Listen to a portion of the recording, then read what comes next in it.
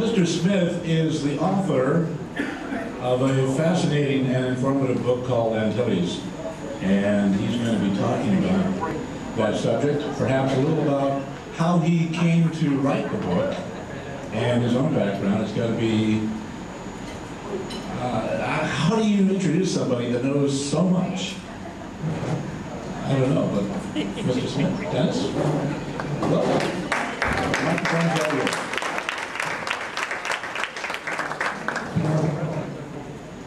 If I can get it back in.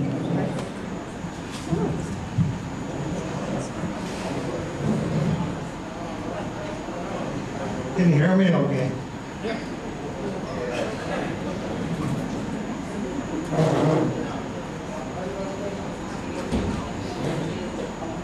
Members of the Ramey AFB Historical Association, members of the United States Coast Guard Air Station Breakin', members of the Berlin Airlift Historical Foundation, and ladies and gentlemen. We are celebrating the 70th anniversary of Ramey Air Force Base. And that brings us back to the year 1939, the year that Major George, the year that Major George Churchill Kenney studied Puerto Rico and the Virgin Islands and decided that Punta Breakin was the best possible location for a new Air Force base.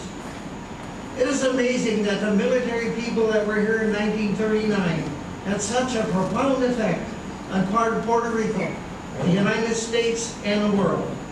Today I'm going to talk about the people that were here in Puerto Rico at that time and some connections.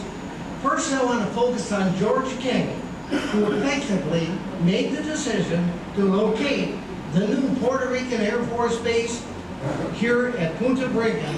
In reality, his decision changed many of our lives. Many do not know that George Kenney shot down 2 German aircraft in World War II, and that one of the aircraft that he shot down was Hermann Goering, who in World War II became Field Marshal Goering, head of the German Luftwaffe. Many probably do not also know that George Kenney was the first commander of the Strategic Air Command.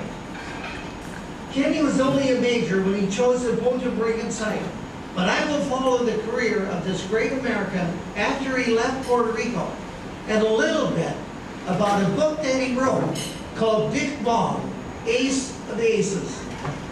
Kenney was on the fast track in the Air Force and got several promotions after leaving Puerto Rico. He was a brigadier general, the commander of the 4th Air Force at Hamilton Air Force Base near San Francisco in early 1942. Shortly after World War II started, they were in the process of receiving the new P-38 fighters. One day, Kenney got a complaint that one of his second lieutenant pilots had looped the loop around the Golden Gate Bridge and was flying his P-38 down Market Street. Kenney reprimanded Lieutenant Bong, but he said that when he had to choose 50 pilots to accompany him to the South Pacific, that Lieutenant Bong was at the top of his list.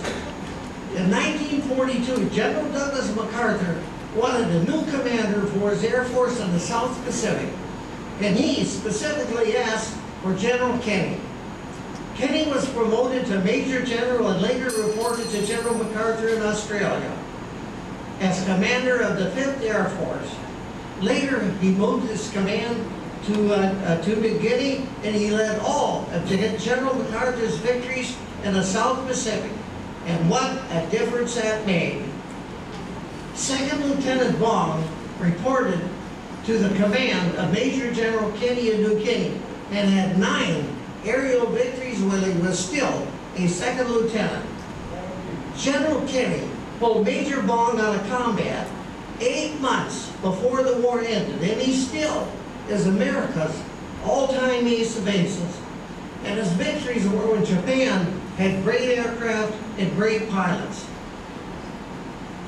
In the book, that he says that everyone knew that Bong had at least twice as many victories as the official record but that all were shot down over the ocean without any witness. He had an incredible 16 confirmed victories from head-on attacks, where the speed of enclosure was over 700 miles an hour. He flew over 200 combat missions and often returned from combat with multiple bullet holes in his plane. General Kenney's book about Dick Bong reminded me of my youth when we used to follow the records of the top guns and then the models of the aircraft that they flew. When most people are asked about what was the best fighter in World War II, most will say that it was a B-51 Mustang. But you have to go pretty far down the list of the leading aces to get to the leading Mustang aces. The top aces in World War II were both B-38 pilots, and both served under the command of General Kenney. In Europe, the P-47 was the aircraft of the leading aces. By the way, Robert Johnson, who was the leading P-47 ace in Europe throughout World War II, came to Puerto Rico in the early 1980s to fly the one remaining P-47 of the Puerto Rico Air National Guard. But he never was able to make the flight because of an oil leak. When World War II ended, General Kenney was then a 4-star general, and he accompanied General MacArthur aboard the battleship Missouri for the surrender of Japan. In 1946, General Kenney became the first commander of the Strategic Air Command, but he devoted most of his time to making the Air Force a separate branch of the armed forces. Okay, for my